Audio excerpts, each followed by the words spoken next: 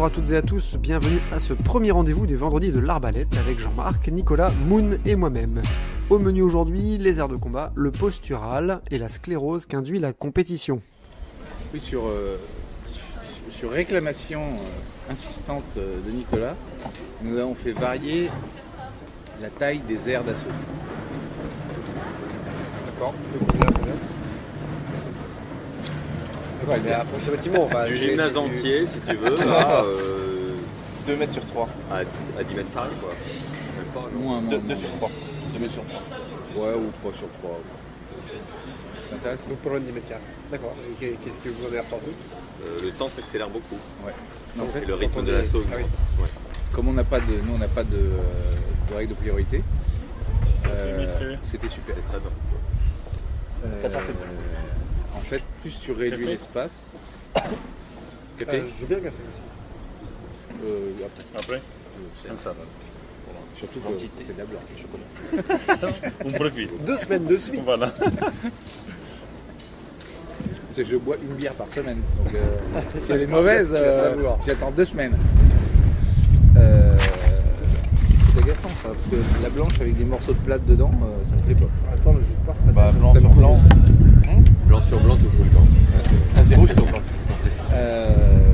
Oui, donc plus tu réduis l'espace, plus tu augmentes l'intensité de l'assaut. Et le jeu de défense. Le jeu de parade, de riposte. Ouais. Oui. Mais curieusement, on pourrait croire que qu'on allait intensifier sur la parade et en fait tu peux intensifier sur l'esquive. Parce que comme nous on a... C'est d'autant plus difficile physiquement. Oui, c'est fatigant. Ouais, c'est très mais comme nous on... Très cardio.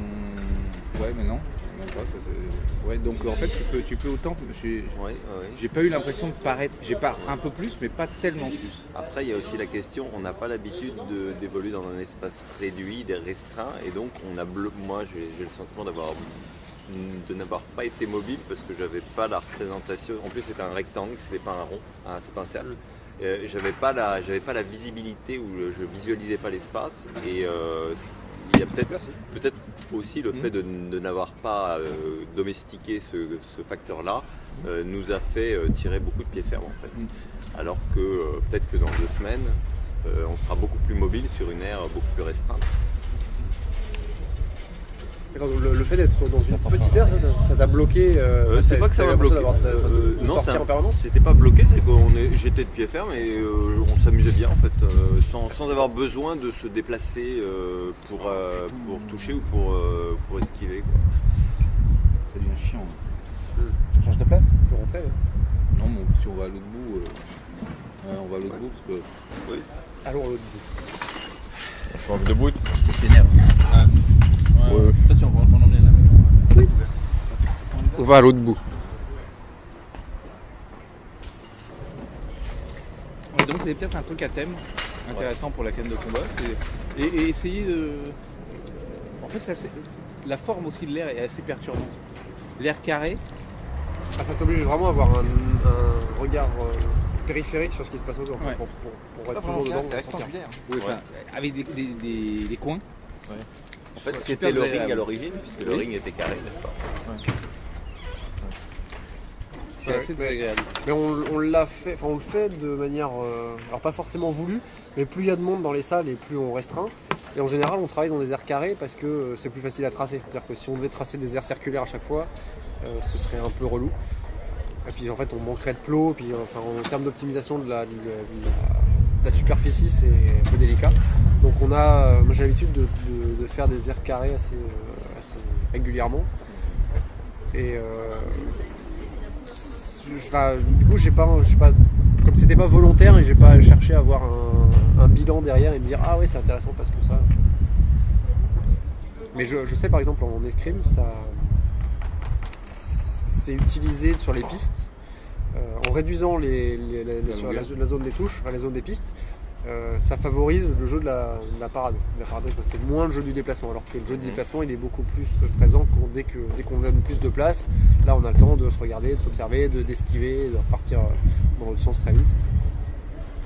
Mais Benjamin, qui a sans doute l'habitude de se mouvoir en cercle, lui il est sorti 5-6 fois je l'ai sorti 5-6 fois de l'air. La première fois je lui ai dit J'ai repris l'assaut garde, si tu veux, mais après j'ai arrêté. Mais effectivement, pour les gens qui sont habitués à se déplacer sur un cercle, ils n'ont plus la même conscience de ils n'ont plus le réflexe de se dire je suis sorti. Et en même temps, en fait, je me souviens c'était un des premiers à me montrer un exercice quand on s'entraînait encore à Alaska avec les Apaches. C'était un des premiers à nous faire travailler une distance où on était pied contre pied. C'est-à-dire qu'on était vraiment, on prenait chacun son pied avant, on mettait contre le pied adverse. Et il fallait se débrouiller comme ça. Il fallait toujours rester dans une sorte de tout petit carré à l'intérieur. Et du coup, en fait, c'est l'époque où on faisait que des fins. On faisait beaucoup en compétition de fente arrière. Et on essayait d'être le premier à toucher de cette façon-là. L'habitude qu'il a encore. Ouais, bah, c'est super dur à perdre. Ouais, mais apparemment, il y a les chevilles. Ouais. Voilà. Oui. Là, je sais. Là, c'est pas faute de les faire dire. En même temps, il est grand. Alors, il y a un éducatif qui est sous-estimé pour ça, justement pour la perception de l'espace et la vision périphérique, que moi j'expérimente sur moi beaucoup. C'est de faire tous les entraînements, enfin tous les échauffements où on court, on les fait à reculant. Et là en fait tu mémorises vachement vite ton espace. À viroflé, tu sais, à viroflé il y a un truc, c'est une arme de destruction massive. Le ring, il y a une chaîne avec un piquet. Oui, je me souviens. Et en général, t'en as toujours un qui se vautre lamentablement à un moment ou à un autre. Dans la chaîne, ça fait mal. Non seulement il tape dans la chaîne, mais en plus il s'écoule par terre. Voilà. Ça fait double mal. Et quelque part, quand tu cours en arrière, tu y penses. Ouais. Et tu le mémorises. Et surtout, tu mémorises l'instant où tu vas passer devant. Et ça, c'est intéressant parce que spatialement parlant, c'est très bien de mémoriser un espace, mais il faut aussi mémoriser les moments où tu vas passer devant. Et tu mémorises d'autant mieux que tu as chu pendant les pieds dans la... Moi j'ai fait ça la semaine dernière, mais un peu différemment. En fait. Je fais courir en arrière. Puis on avait fait le stage avec Claire Systema. Puis elle avait fait un petit travail de regard périphérique. C'est tu tournes la tête à gauche et le regard à droite. Tu vois. Tu fais ça. À droite à gauche et en haut en bas, donc la tête monte, le regard baisse. Et alors quand tu fais ça à reculons, donc moi j'ai fait courir à reculons à des vitesses différentes et puis à un moment tu fais marcher puis tu fais regarder comme ça. Et là tu vois les démarches qui commencent à serpenter, chalouper et tout, et là ça devient intéressant. Mais le contrôle volontaire du regard c'est important. C'est important quand tu as des gens qui font des feintes du regard. Je vois pas de quoi tu veux. Suivez le mien. Mais c'est aussi important, chaque fois qu'on tire en assaut, comme moi je regarde tes yeux, que je te dis arrête de regarder ta cible. Ça se voit. Et ce petit exercice de dissociation du regard, ça aide beaucoup pour ça. Mais ça plus, moi je me souviens que Mambo, quand il était encore enseignant, qui enseignait parmi nous, il nous faisait travailler à l'échauffement les muscles des yeux. Parce que justement, il y a des muscles aussi qui servent à bouger les yeux. Et donc pour être plus efficace pour les déplacer, justement être plus réactif, être à la fois prêt à les déplacer et en plus renforcer ces muscles-là, et là, il faisait des petits exercices spécifiques de rotation aussi, pareil, de déplacement de la tête d'un côté, regarder l'autre, ou alors tourner la tête et puis en même temps on tournait les yeux aussi. Et c'est vrai qu'on ne le fait plus, c'est quelque chose qui est intéressant. On ne pense pas parce que c'est des tout petits muscles qu'on ne sent jamais. C'est vrai que j'ai jamais eu de courbature aux muscles des yeux.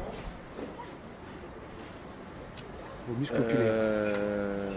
Alors moi, ça m'a fatigué la semaine dernière, je crois, quand on a fait double canne, mais à l'italienne, c'est-à-dire sans armée.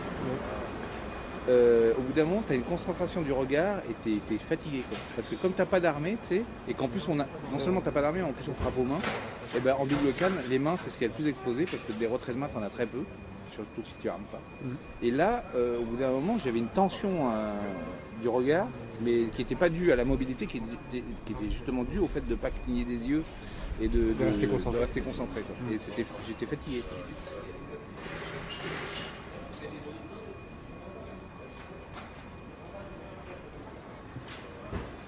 Ça fait partie de tous ces trucs qu'on devrait faire, mais qu'on ne fait pas. C'est ce que j'appelais l'interne. C'est c'est pas vraiment de l'interne, c'est comme du coup le renforcement musculaire.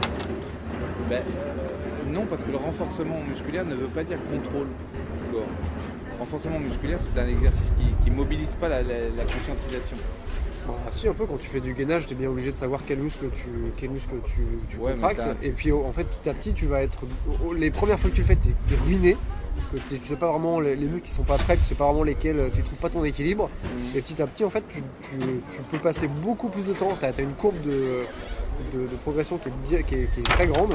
Parce Un que café, ça pour toi? rapidement, en fait, tu contractes les bons muscles et tu passes moins d'énergie à gérer ton C'est équilibre. le principe de base du yoga. Mais d'isoler les muscles à utiliser et ceux à reposer.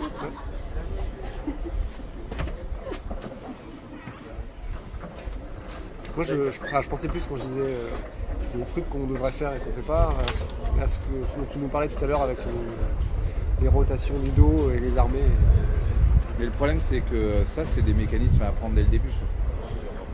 Bah, surtout en tant qu'enseignant, c'est aussi quelque chose à revoir. Parce que moi, du coup, j'ai un automatisme de gainer les abdos. Typiquement, il m'a fait remarquer un truc, parce que quand on a fait les assauts, mes esquives, il les trouvait bizarres, parce qu'en fait, mes sorties soit mes esquives, c'est-à-dire soit mes retraits de corps, soit mes sorties de fente, je les fais grâce au buste. Ouais. D'accord. Alors, tout le monde pourrait penser que c'est extrêmement mauvais pour les lombaires. Bah ouais. Sauf que moi, qui ai en plus une hernie lombaire bien prononcée, ça ne me fait strictement pas mal. Pour la bonne raison qu'au lieu de faire ça, en fait, je tire la tête. D'abord, pour deux raisons. D'abord, premièrement, parce que en fait, je mets en sécurité ma tête en premier. D'accord. Et en plus, ma tête ne fait pas ça, elle fait ça. C'est-à-dire que j'étire. Donc j'évite tous les pincements lombaires et je peux aller très vite. Parce qu'en fait mon mouvement, c'est ça. Oui, c'est que tu utilises la mobilité de la colonne vertébrale comme un moteur. En fait. Oui. Tu redresses ta colonne, tu vas les tirer, tu tires la colonne, tu l'étires et c'est ça qui te fait sortir de fente. Oui. C'est pas ni la hanche ni le pied. Oui, mais sans aucune contre-indication Voilà, vertébrale. Exactement. Et ça, je pense que étant donné le genre de blessure qu'on a et le genre d'usure qu'on a en canne de combat, je pense que c'est un éducatif super intéressant. Ah, surtout qu'on le sent bien en fait, qu'on travaille avec les lombaires en général sans le faire exprès. En compétition où on a tendance à en plus s'écraser pour aller toucher, et en situation d'urgence, hop, on remonte très très vite pour pas être touché. Et le dimanche, quand les compétitions durent 2 jours, en général on a des courbatures dans les lombaires. La deuxième chose de ça, c'est ce que je lui ai fait remarquer, parce que nous en canne italienne on n'a pas d'un règlement très précis sur les fentes. C'est-à-dire que la fente en canne italienne, elle ne peut pas se faire avec le poids sur la jambe avant. Parce que comme on n'a pas de priorité, c'est-à-dire que si tu vas en fente et que tu n'es pas au moment où tu touches déjà en situation de repartir, tu vas manger, c'est sûr. Il y aura un contre obligatoirement. Ah, c'est le cas en 80 aussi. Ben, si dans ta fente, ton poids reste au milieu, tu sors beaucoup plus vite de ta fente que si ton poids il est sur ta jambe avant. De toute façon, c'est ce que j'enseigne aussi. Après, il y a peut-être d'autres profs qui n'enseignent pas comme ça la fente, mais en canne, les deux appuis restent. Ouais, mais avec la jambe tendue, C'est pas les mêmes avec la approches. jambe arrière tendue, Ouais. tu peux pas sortir aussi vite. Non, mais par contre, juste en déverrouillant la jambe arrière, tu te retrouves avec une jambe fléchie, un appui justement de la pointe du pied au sol, et là tu peux repartir vers le haut. C'est super lent. De Oui, c'est très, déverrouiller très lent. puis de sortir, c'est Et super lent. Benjamin, je l'ai pareil. touché 10 fois comme ça, il part en fente tout le temps. À chaque fois qu'il partait en fente, il était touché Et du coup, tu te touchais où? À la tête? à la tête. Mais en contre-attaque, c'est-à-dire que c'est pendant qu'il faisait son action que tu touchais en même temps. Et je trouvais à esquiver en même temps son attaque et j'étais beaucoup moins touché, j'étais assez peu touché en jambe et lui à chaque fois il était touché à la tête dès qu'il arrivait. Il y a aussi le fait que le mouvement de fente est relativement visible quand tu n'arrives pas vraiment à le Ouais. cacher. Tu le vois venir d'assez loin et donc tu peux trouver un contre assez facilement. Sauf que comme la fente italienne c'est pas vraiment une fente, c'est plus une flexion qu'une fente si tu veux, où tu écartes tes appuis en t'abaissant si tu veux et en bougeant le buste, c'est beaucoup moins visible. C'est moins annoncé. Ouais. C'est moins... On travaille à le cacher en canne Ouais. française aussi. Je sais jamais comment l'appeler. Mais le travail sur la colonne, je pense que c'est un truc qu'il faudrait le faire en canne de combat. Ouais mais tu vois ça c'est des trucs, toi tu le fais, moi je le fais. les gens qui le font, c'est les gens qui se sont cassés le dos. Tu ne feras jamais faire ça à quelqu'un qui est en bonne santé. Et on sent jamais. pas Jamais. l'importance. Ouais, je sais pas, parce que de toute façon, comme tu dis, ça, si on le fait dès le début, dès les bases, Il faut que ce soit une gestuelle automatique, voilà, que ce soit automatisé. ça Non, parce s'acquiert que plus facilement. tu dis c'est une gestuelle, c'est pas une gestuelle, c'est une connaissance, c'est une maîtrise. L'interne de soi. Ça, c'est le et travail ça, interne. quand tu fais de la Honkai, tu mets 1 an ou 2 ans à le faire. Quand tu fais du système 1, tu mets 2 ans ou 3 ans à commencer à sentir le truc. Alors tu te rends compte, le gars il commence à faire de la canne de combat. Il va pas 2 ans, dans 2 ans, mais dans 2 ans il sera déjà cassé le dos. Voilà. En fait. Peut-être parce que aussi, et ça c'est important, à mon avis, ça fait partie des révolutions de la canne de combat qui est dans énormément d'autres sports. La canne de combat, elle a été tout de suite orientée compétition et pas éducation. Oui. Et je pense que ça c'est une évolution qui est nécessaire, c'est-à-dire que la canne de combat, si elle veut étendre le nombre de pratiquants et prolonger la vie des pratiquants, elle sera obligée de passer par cette espèce de connaissance physiologique qui est nécessaire à la préservation du corps, quoi. Tous les principes qu'on nous a appris en canne de combat de soi-disant préservation du corps sont faux, physiologiquement faux. L'armée avec pivot de hanche, c'est faux. Les appuis sont faux, tu vois, parce qu'ils sont de principe. Parce que à partir du moment où tu n'es pas sur tes 2 appuis en permanence, et si tu ne travailles pas aussi l'axe de la jambe par rapport à la hanche. Si tu veux, je peux avoir exactement le même appui sur mes 2 jambes que sur une seule jambe. Je peux avoir le même appui si je fais ce travail de géométrie entre la hanche. Ça devient, on se croirait près du Vésuve. J'étais un peu plus positif que toi. D'angle de la hanche par rapport à la jambe. Et ça, du coup, tu parles de quels appuis qui sont pas bons? Les appuis en fente, les appuis sur les rotations.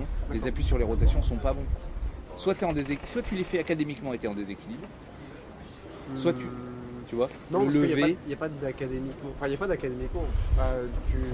Comme on en parlait tout à l'heure, il y a la vieille école dont Ben est issu, qui a tendance à armer en mettant le poids du corps sur une jambe ou une autre. Et puis il y a une école plus récente, qui est plus développée par Bertrand Dubreuil, où là on garde dans le pivot les 2 appuis sur 50% d'appui sur chaque. Donc sur la vieille école, tu mets à contribution tes genoux, en tout cas le genou de la jambe d'appui, et sur la nouvelle école, tu mets à contribution tes lombaires. Ouais. Et du coup, quelle serait la. Justement, entre les deux, tu peux garder tes 2 appuis au sol, vriller vers le haut. Donc tu as un mouvement qui ressemblera pour le haut du corps plus à la canne de laine, à la canne ancienne. Et par contre, tu préserveras ton genou, ce qui n'était pas le cas de la canne ancienne. Et tu préserveras le dos, ce qui n'est pas le cas de la canne récente. Mais t'es sûr qu'avec les mouvements rapides qu'on a à un certain niveau, ça va pas poser de T'as problème? vu la vitesse à laquelle j'esquive? Mais ce qui veut dire, c'est avec l'obligation de l'armée en compétition, pour le coup. Avec l'obligation de l'armée en compétition, ça ralentira beaucoup. Ce qui veut dire, c'est que ça ralentit le jeu.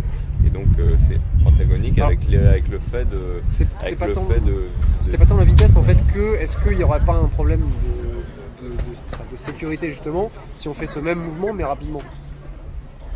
À partir du moment où tu vrilles juste un tout petit peu chaque segment en étirant, non, il n'y a pas de problème de sécurité. Ah non, vraiment. Mais est-ce qu'on peut contrôler, justement quand on va vite, est-ce qu'on peut contrôler le fait de ne déplacer qu'un tout petit peu chaque vertèbre? Bah oui. De toute façon, en levant, tu vas, si tu veux, mais ça, voilà, c'est un travail interne. C'est-à-dire qu'il faut commencer par des positions statiques, 2 jambes, deux jambes parallèles, et sentir la poussée qu'on peut avoir juste en étirant.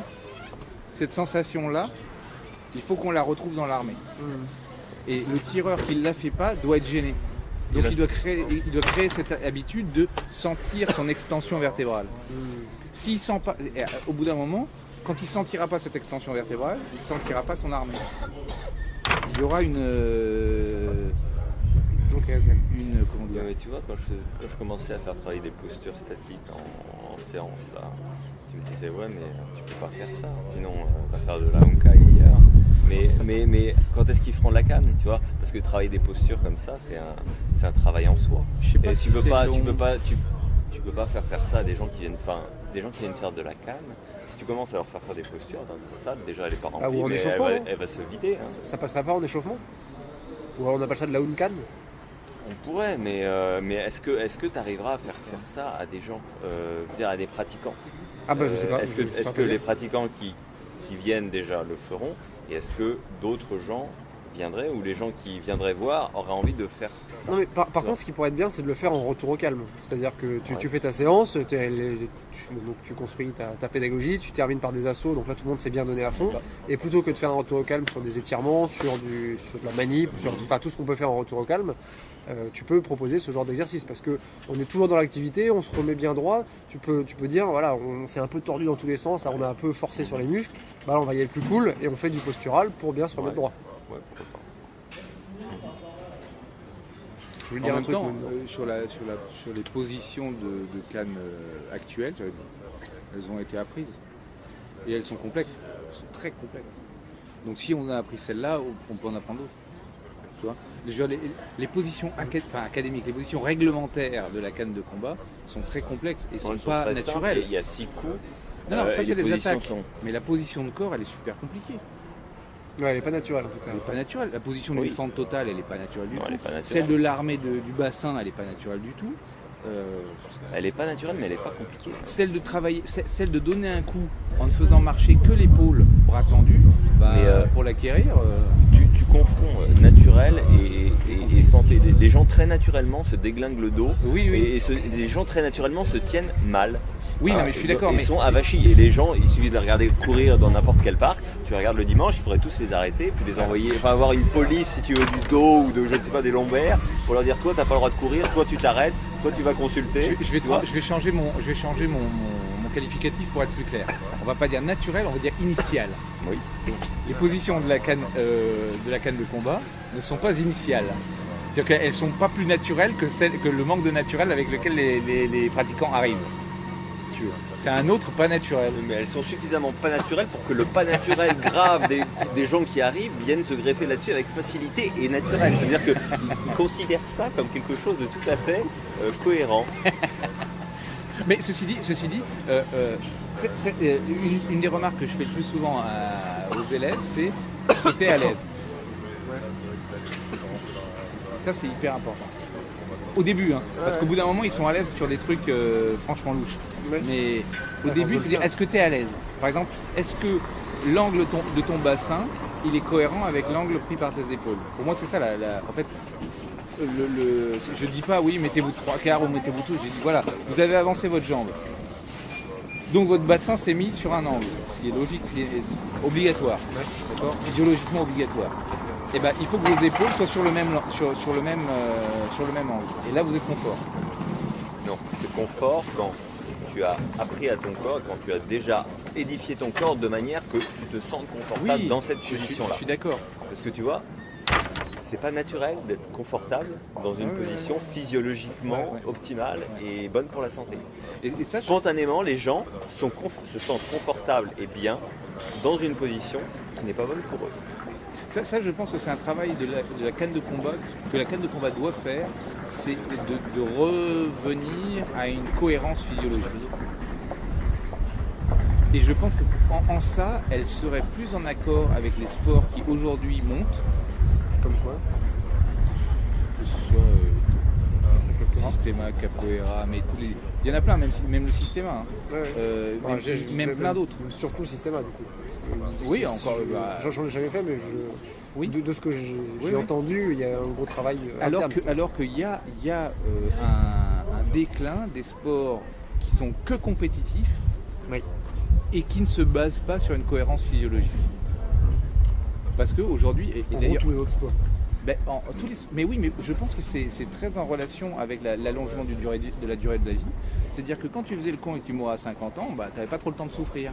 Mais comme tu fais le con pendant tes premières 40 années, tu as encore 40 années de souffrance, de levée difficile et de machin, bah, les gens y réfléchissent. Même si de toute façon la majorité des sports tels qu'on les connaît aujourd'hui sont nés très récemment. Enfin, la durée de vie était déjà supérieure à 50 ans quand les sports tels qu'on les connaît aujourd'hui sont vraiment... Ben oui, mais peut-être notamment en fait ce qui use c'est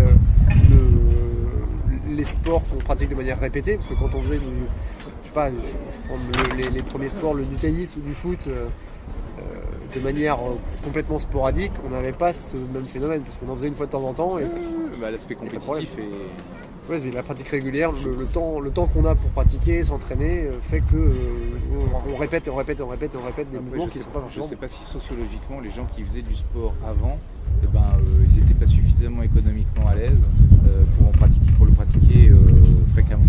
Je pense que ceux qui n'avaient pas les moyens, ils ne le pratiquaient pas du tout. Il n'y a pas que ça, il y a surtout l'aspect, les sports en fait, c'est devenu de la compétition. Que de la compétition. Et la seule satisfaction que les gens imaginent trouver ou trouvent dans ce qu'on appelle le sport aujourd'hui, c'est la compétition. Il y a des trucs où on peut s'amuser, les disciplines dont tu parles qui ne sont pas des sports, pas que, clairement. système A, machin truc, tout ce qui fonctionne, pas compétitif. Sont pas compétitifs et sont des activités, disons, conduites avec le corps, martiales ou pas, peu importe, mais dans lesquelles les gens peuvent s'amuser ensemble sans compétition.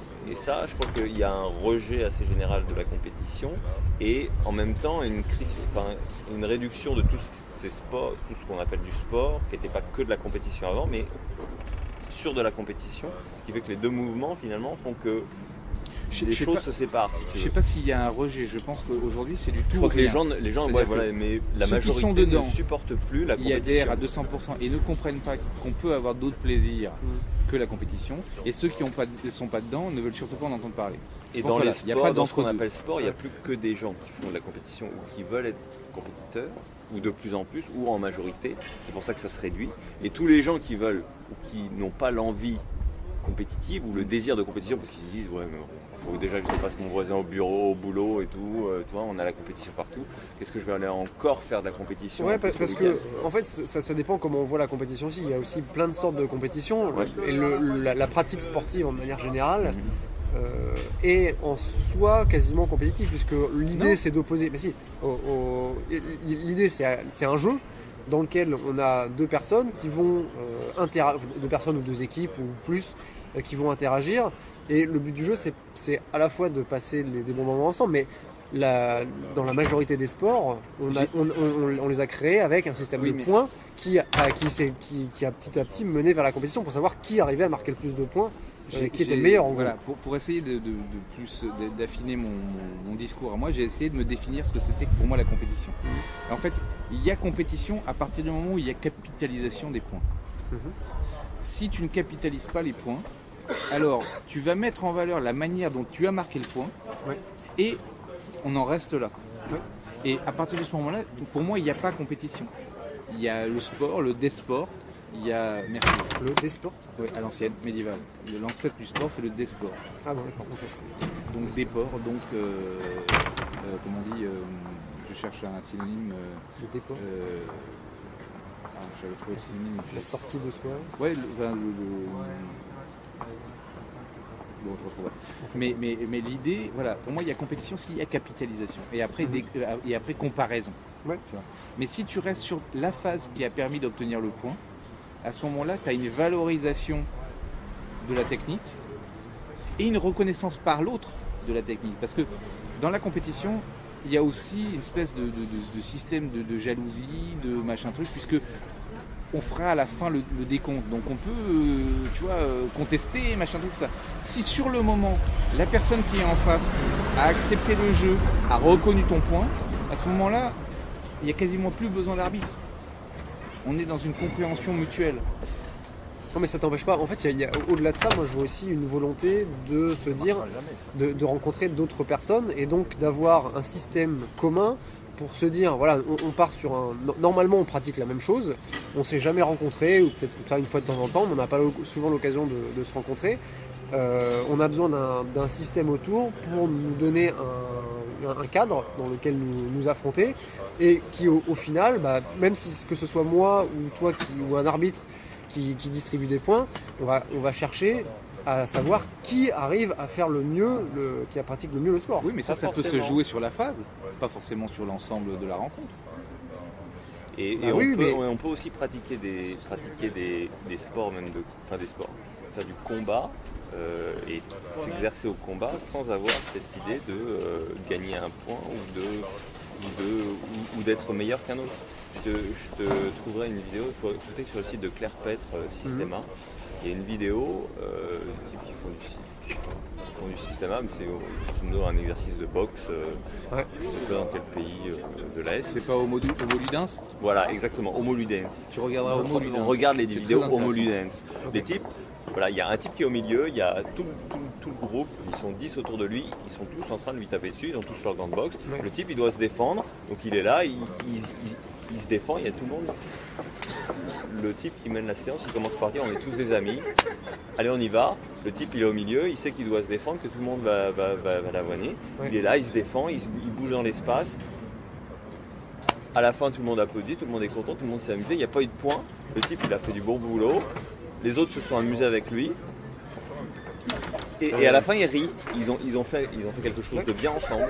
Il n'y a pas eu de point, il n'y a pas eu de...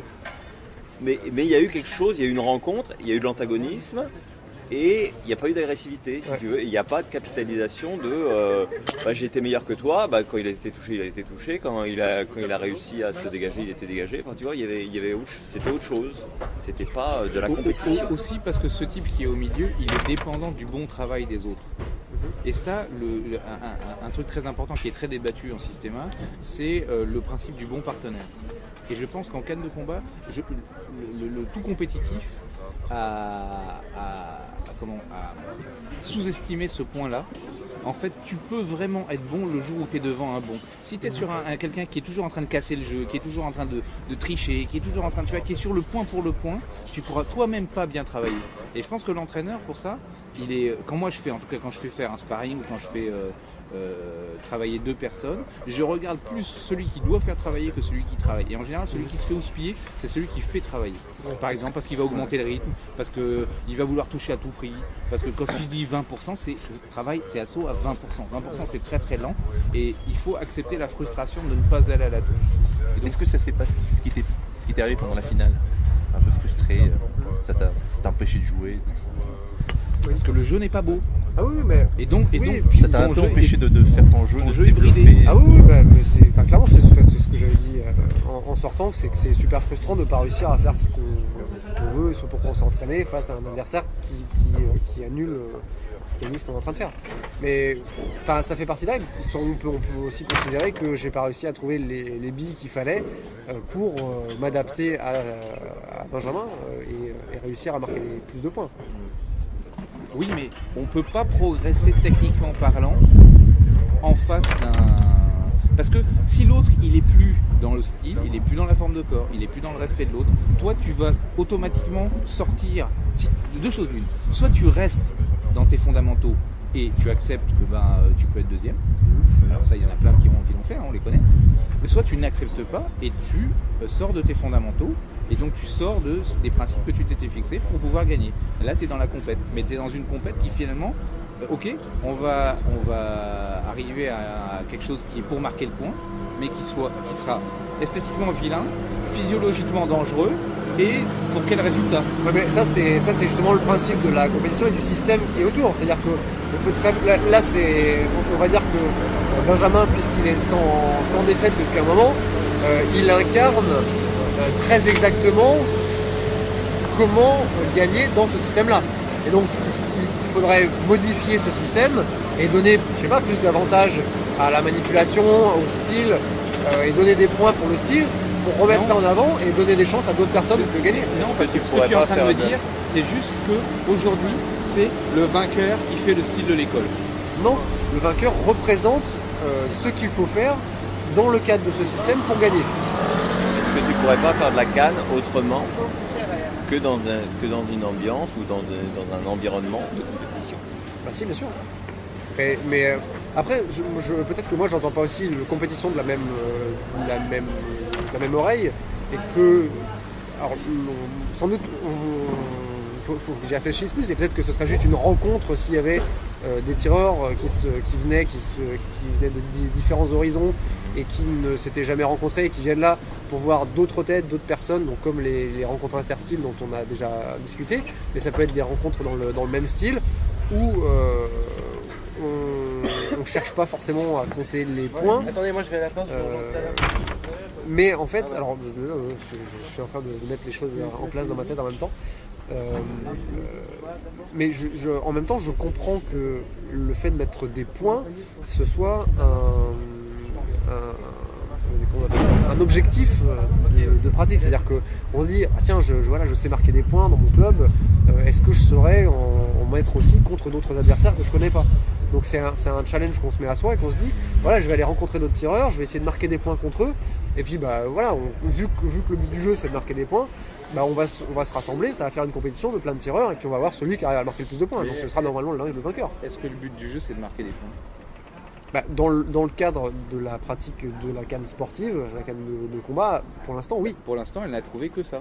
Oui, Et peut-être que c'est ça le problème. Ah bah non mais là je ne dis pas. Je prends un exemple. Mais pour l'instant je dis juste que c'est logique, enfin ce qui se passe c'est juste logique. Oui, mais alors, non, je suis d'accord, mais en même temps, peut-être que c'est ça aussi le problème, et peut-être qu'il faut sortir de ce paradigme-là.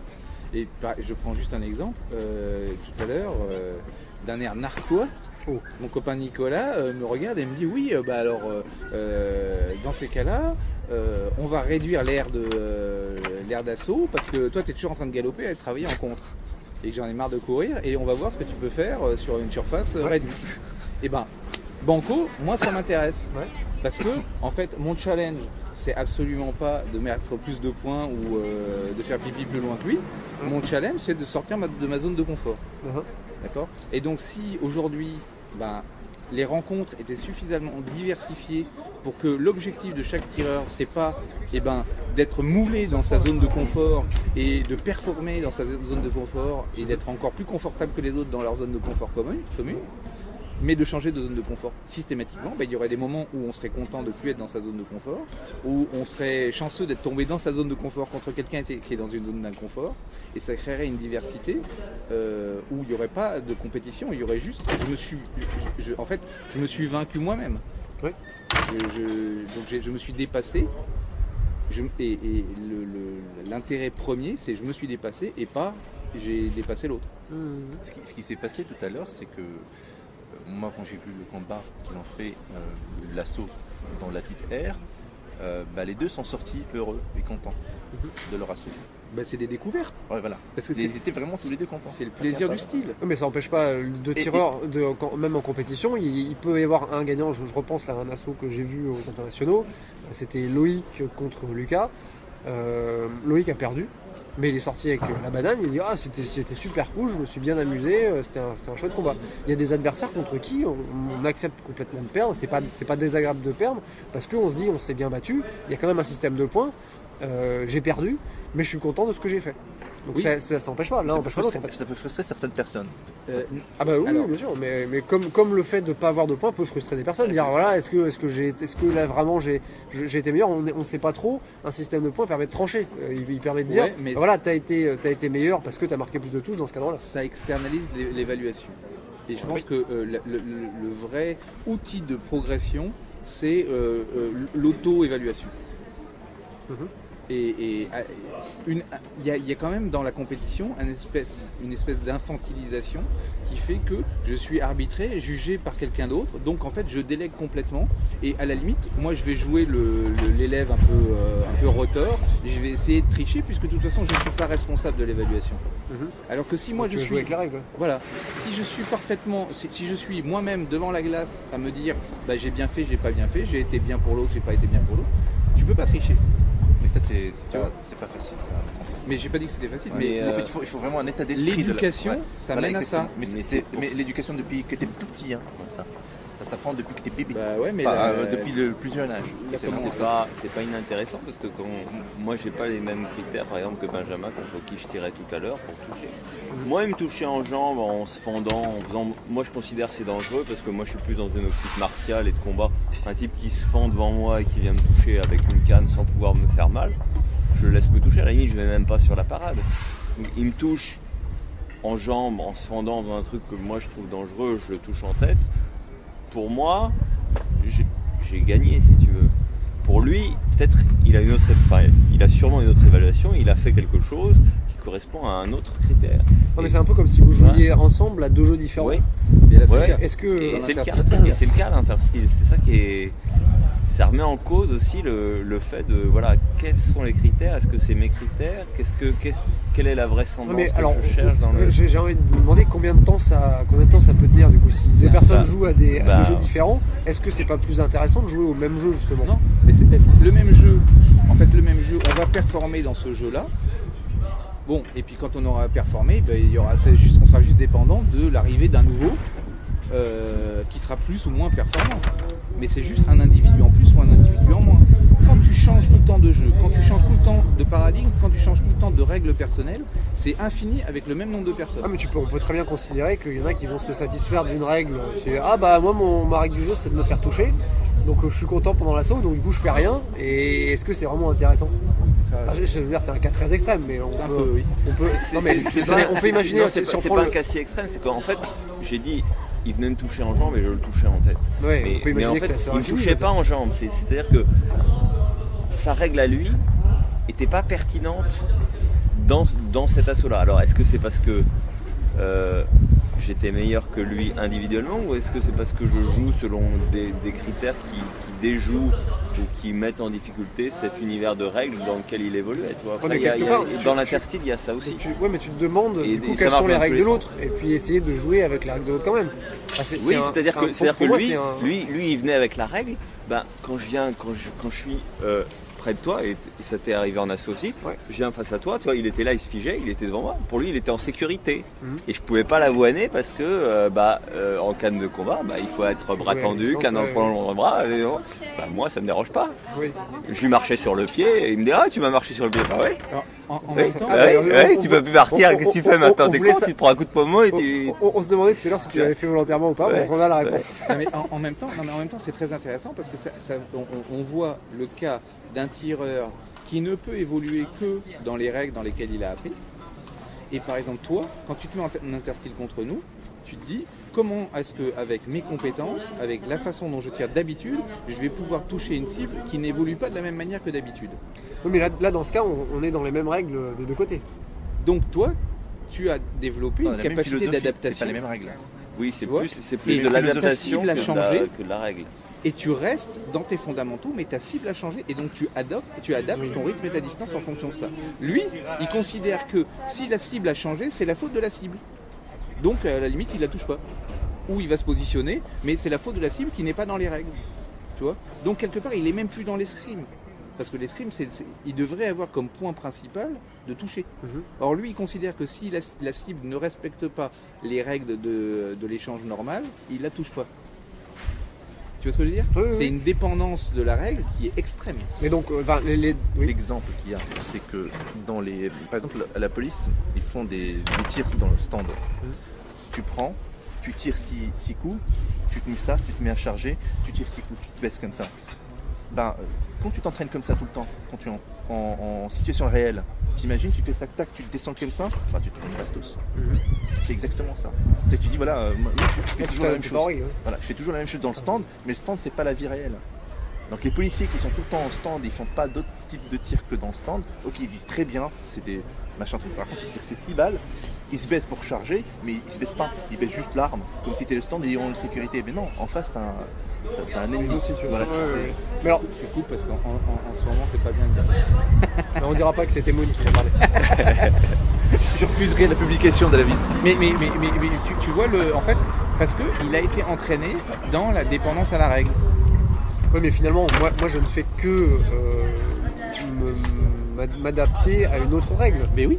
Mais donc en fait, du coup, moi, j'adopte une règle commune avec l'adversaire, enfin, qui le fut. Là où Ben joue avec une règle différente. Et là, t'étais plus en train de me dire que quand il y a des règles différentes, en fait, ça ne matche pas, quoi. Ça colle pas.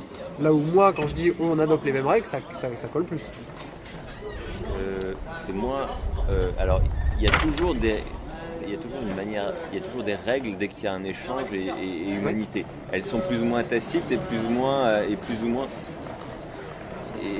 comprises.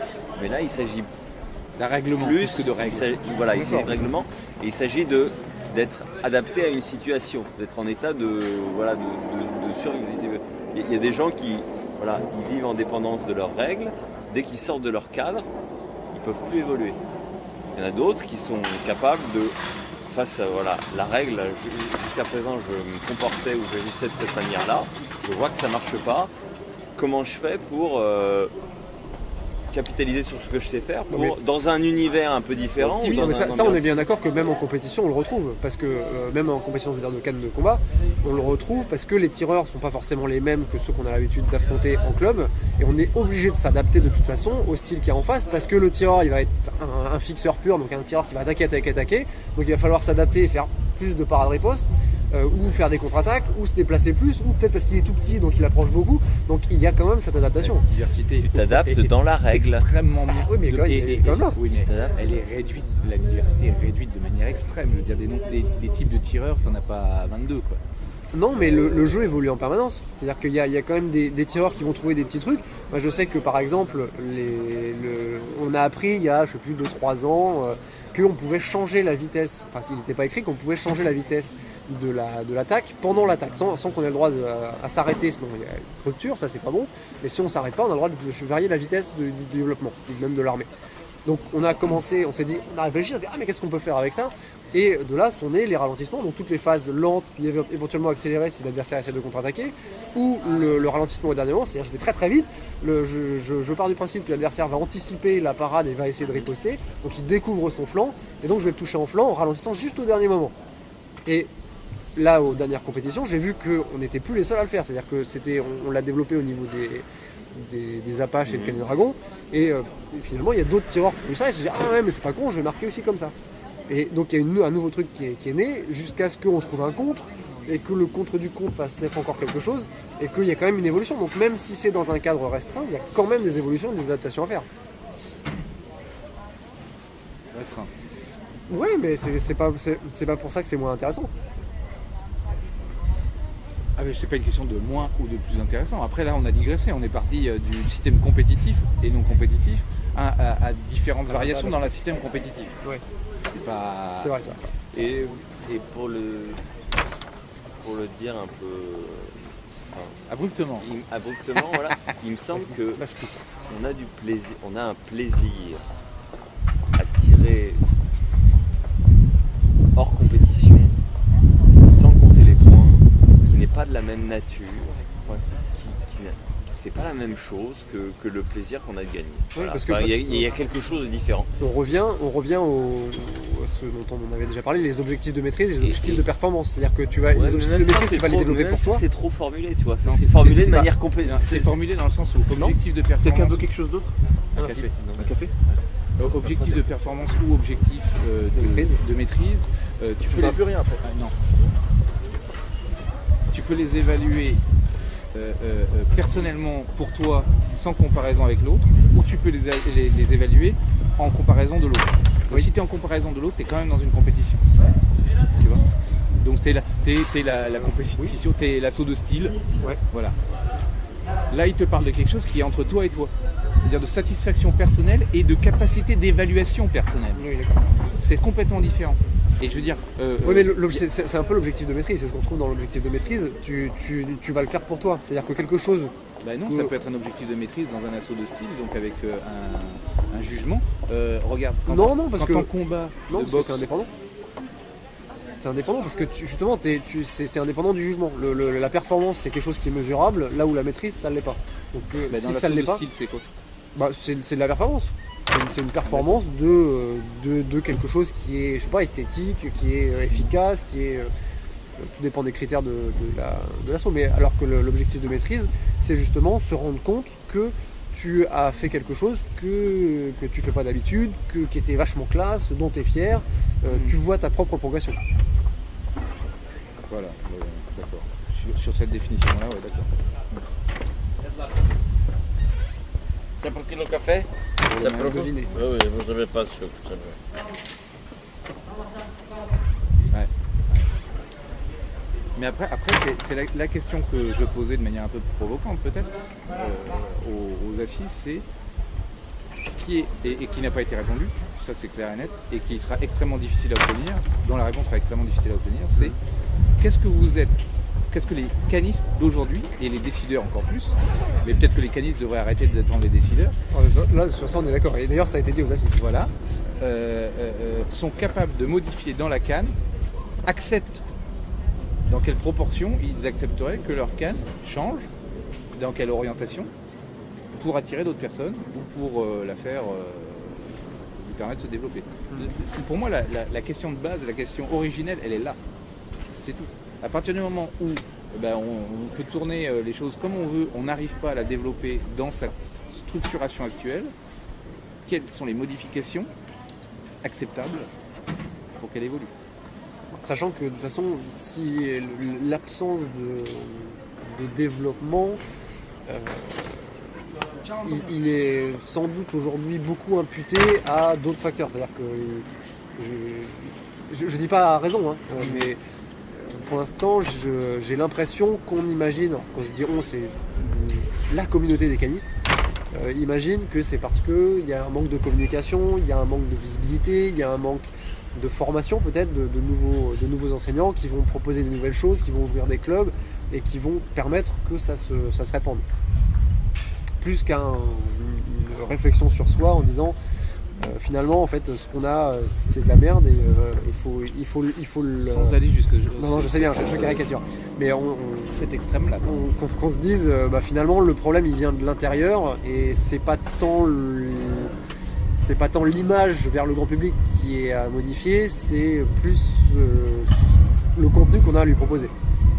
Parce que en fait, l'expérience que j'ai moi de la canne de combat, c'est que on peut s'amuser et progresser en commençant pendant 3 ans. Après, si on fait de la compétition, on peut progresser, s'intéresser encore quelques années mais on va être sur une progression qui dépendra pour beaucoup de la condition physique et de performance physique, si tu veux. Oui, parce que c'est voilà. ce qui est Donc mis en avant. il y aura une satisfaction qui va durer, voilà, on peut dire que pendant 8 ans, allez, on peut s'amuser. C'est pas mal. C'est modeste. Je trouve que c'est modeste. C'est modeste. Comparativement à d'autres sports où il y a du turnover qui est encore plus grand, c'est pas forcément. Alors, non mais je te parle du truc maximal quoi. C'est-à-dire que la personne qui continue parce qu'elle a envie jusqu'au moment où elle arrêtera parce qu'elle ne peut plus. Pas celui qui change tous les ans de... Sachant qu'il y a quand même des personnes qui reviennent, c'est-à-dire qu'on voit des personnes qui arrêtent effectivement, mais il y en a au final qui reviennent, qui disent ah bah ouais mais moi ça me manquait, j'ai arrêté, j'ai fait un autre truc mais finalement j'y suis revenu. La capoeira me manque mais le truc c'est voilà quand tu as fait ces 3 ans là où tu as eu le plaisir d'apprendre et de progresser dans les techniques de base, puis tu as fait 3 ans mettons en compétition, bon tu as eu le plaisir de la compétition, tu as fait ce que tu as pu, tu as été... Qu'est-ce que tu peux faire après? Qu'est-ce que tu peux faire de bien? Voilà, c'est la question, c'est ça en fait. Qu'est-ce que tu peux faire pour t'amuser? Qu'est-ce qu'il y a de bien? Enfin, tu vois, voilà. Ça a été évoqué, la comparaison extrême de ça. En moyenne, pour faire un mètre de capoeira, il faut 30 ans de pratique. 30 ans de canne, comment dire? Ouais, mais effectivement, le contenu est peut-être beaucoup plus riche, peut-être que la progression demande aussi. En fait, il y a quand même, on parlait de physique c'est avant. Suffisamment polymorphe. La progression physique en capoeira, elle est importante aussi. Hein. Oui, mais sauf que c'est suffisamment polymorphe pour que on voit un vieux de 80 ans qui joue avec un jeune sans faire la même chose, mais il joue avec et il en prend une satisfaction et il va au bout de ses performances. C'est pas qu'il est là juste pour faire, tu vois, voilà. Il va au bout de ses performances parce qu'il y a de la place pour lui. Alors qu'aujourd'hui, et tu le vois bien, celui qui fait 80 ans, celui qui fait de la compétition et qui fait pas de fente, Parce que c'est un vieux monsieur, je peux il a un gros problème. Donc déjà, tu limites de manière drastique la possibilité de faire quelque chose. À partir du moment où sans fente, aujourd'hui les règles sont faites pour que voilà, tu peux pas toucher quoi. Oui. Ou très rarement, ou beaucoup moins que l'autre. Donc ça aussi c'est ce que je disais. Je pense qu'il y a deux enjeux. Il y a étendre le nombre de gens touchés par la canne et il y a aussi les faire rester en canne. Oui, tout à fait. Sans que pour ça ce soit un jeu particulièrement amoindri ou inintéressant, ou que la personne qui justement a moins de performance physique puisse pas compenser par de la stratégie, par de l'expérience, par machin truc. Aujourd'hui, tu peux pas compenser dans un assaut de canne par de la stratégie, de l'expérience contre quelqu'un qui a un vrai physique. Oui, c'est ça, mais même avec. Les armées jouent beaucoup, puisqu'à partir du moment où tu les fais vite, c'est pas extrêmement marrant. Celui qui va aller plus vite va toucher, et celui qui aura des difficultés à réarmer, que ce soit articulairement ou par manque d'expérience, ne prend beaucoup moins de plaisir. C'est ce qui, je pense, limite beaucoup. Donc, il faudrait trouver une manière de tirer ou de changer les règles, soit s'abstraire du cadre réglementaire, je ne sais pas. Mais... Moi, je pense que de toute façon, le cadre réglementaire, normalement, ne s'applique qu'en compétition. On peut faire ce qu'on veut en club. Non, tout le monde applique les règles de la CAN, enfin les règles de compétition sont les règles de la CAN finalement. Les gens sont extrêmement dépendants, d'ailleurs on le voyait aux assises, dans leurs réflexions, sont complètement dépendants de la tutelle fédérale. Complètement. Quel est le caniste en fait qui s'imagine, qui s'est dit un jour, le caniste de combat, qui s'est dit un jour, je vais faire une fente et je vais toucher en tête. On lui a interdit depuis le début, mais il n'imagine même pas. Alors que tu mets ça juste comme règle dans un assaut, ça va diversifier. Oui, tu vas voir tout d'un coup quelque chose de bizarre. On en parlait tout à l'heure, on disait que un des postulats de base, il faut voir comment on le justifie, mais c'est qu'on ne peut effectuer que des attaques dans un plan horizontal et vertical, et que la fente sert à descendre le bassin et permet une trajectoire horizontale quand on veut toucher la jambe. Voilà, c'est ça c'est un postulat, mais tu pourrais avoir un autre postulat, tu pourrais changer de postulat. Oui, mais alors du coup, là la question reste entière. Est-ce que c'est encore la même pratique ? Est-ce que ce qui est pour l'instant pratiqué et qui est cohérent n'est pas un peu battu en brèche si on modifie ça ? Mais parce que aujourd'hui, les canistes de combat se refusent à penser un truc, c'est qu'aujourd'hui, si on veut faire perdurer développer la CAN, il faut que ce soit le comité national de CAN. Après, les règles, c'est les règles. Quand j'ai fait faire à mes élèves qui font de la CAN italienne toutes les semaines, je leur fais faire de la CAN de combat, le principe c'est de dire, vous ne pouvez pas être des vrais canistes si vous êtes figé dans votre pratique. Vous devez avoir une capacité d'adaptation et votre corps il sera intelligent le jour où il sera adaptable.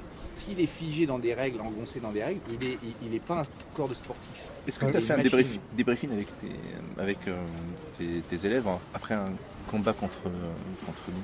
Tu leur as posé des questions, qu'est-ce qu'ils en pensent ? On a eu l'occasion d'en discuter ici, donc oui.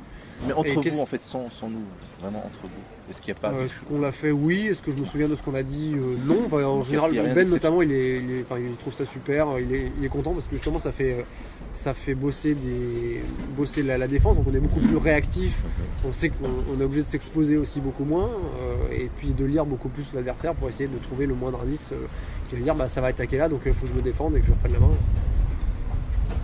Mais moi je suis persuadé que le fait de se considérer caniste de combat, c'est hyper sclérosant.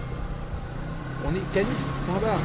Après, on va dire, je veux dire, la canne italienne, il faut être absolument honnête, la canne italienne c'est une canne française, elle vient d'où ? C'est juste une canne qui a été exportée en Italie, relativement figée, qui n'existe plus en France et qui a perduré en Italie. Donc il faut arrêter les nationalismes à deux balles ou les je veux dire, c'est une canne française, point barre. Tu regardes la canne Plasé par rapport à la canne italienne, franchement, c'est la même quoi. On fait beaucoup moins de couronnés, mais c'est la même. Donc la canne Plasé. Il faut arrêter d'être figé, et je crois que la mentalité du CNCCB s'est figée autour de ça et qu'elle est extrêmement sclérosante. c'est pas dire que la canne de combat n'est pas bien, ou pas, le truc c'est que c'est une version de la canne, et que n'importe quel caniste, moi aujourd'hui je veux tirer en canne de combat, demain je veux être capable de pouvoir tirer en canne italienne, je veux aussi être capable dans 5 ou 6 ans de tirer en canne Lafond, tu vois. Mais ça justement, enfin, on parle d'interstyle, ça peut dire la reconnaissance peut venir de là aussi, en disant on se rencontre, parce que ce qui a comment dire, nuit à la canne de combat et qui nuit maintenant aux relations entre les différentes pratiques, c'est que chacun se retrouve dans son coin et puis ne voit pas ce qui se passe en face. Et alors déjà on est dans une phase où on tâche de faire en sorte que déjà les clubs se parlent et qu'il y ait des rencontres entre les clubs. Mais du coup ça viendra et on voit que ça fonctionne. Et donc je pense que les rencontres interstyles pourraient faire en sorte que les discussions naissent et puis des reconnaissances je pense que naissent aussi comme ça. Sans même, parce que la rencontre interstyle ça veut dire aussi une proximité des clubs. Et en asso, en Cannes, les clubs sont rarement proches géographiquement. Ouais. Mais ne serait-ce que les assos à thème devraient être un outil de diversification pour les... on parlait encore une fois de capoeira. Il y a une immense différence, mais une différence vraiment très grande entre la capoeira Angola et la capoeira régionale.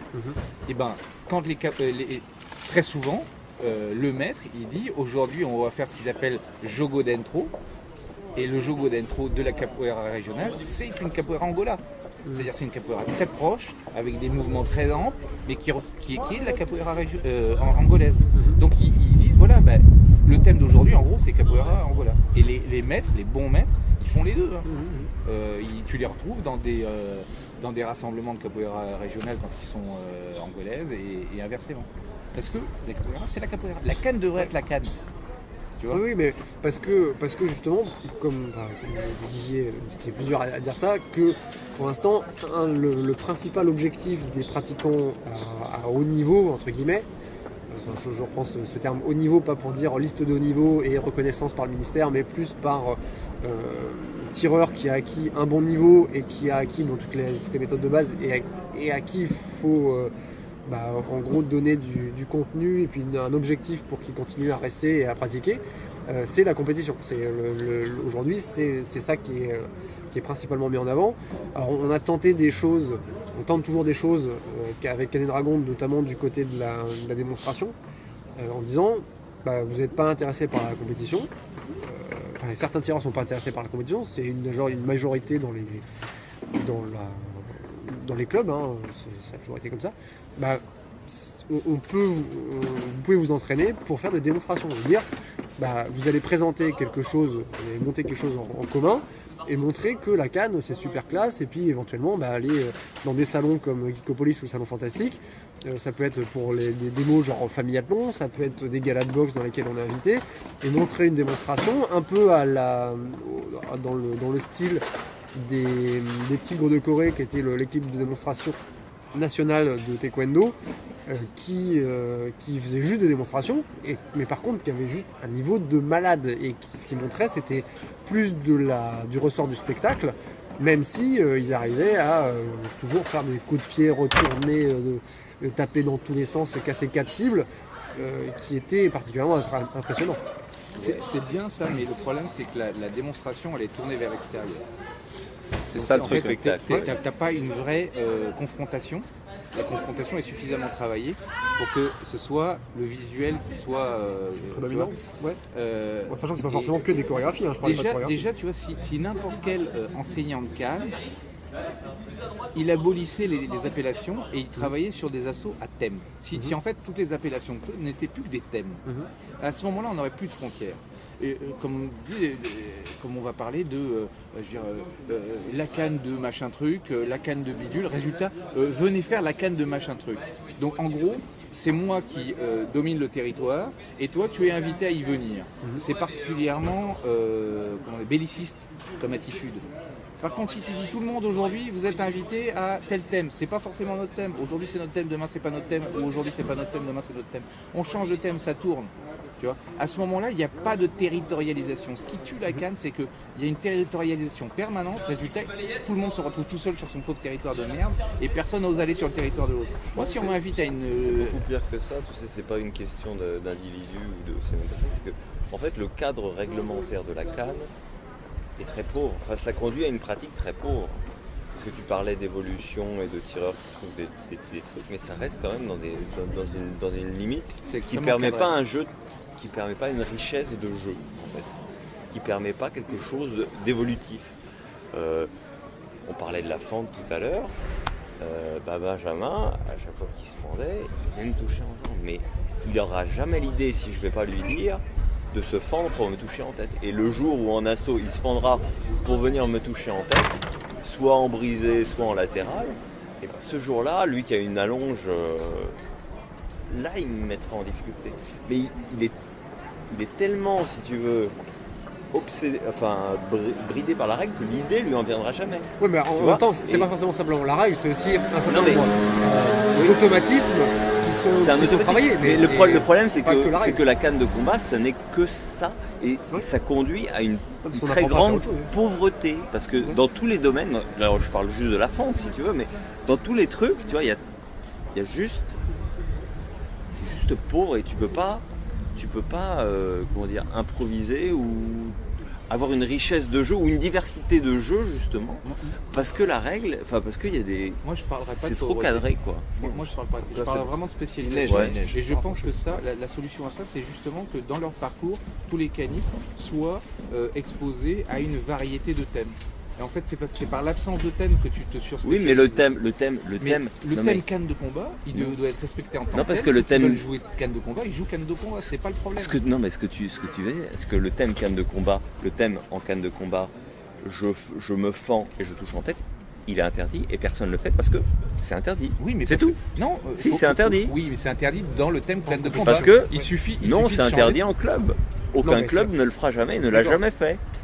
Alors dis-moi quel club de canne de combat a eu l'idée de faire un truc comme ça. Par exemple, la rose couverte. Ils font une sorte d'attaque là, qui est du côté de la, qui est pas le croisé haut, mais qui est de l'autre côté, qui est pas un brisé, et qui a un coup qui arrive, donc qui respecte également deux choses, à savoir l'armée et le mouvement circulaire vertical, donc qui reste, on va dire, cohérent avec un peu le postulat de base dont on parlait tout à l'heure, qui n'est pas un des 6 coups codifiés et qui pourtant qui est utilisé par l'emploi. T'as réglé tout? Oui, tu es pauvre. C'est pas grave. Merci Moon. Merci. Merci messieurs. C'était un plaisir. Et à la prochaine. La semaine prochaine si vous voulez bien. Alors.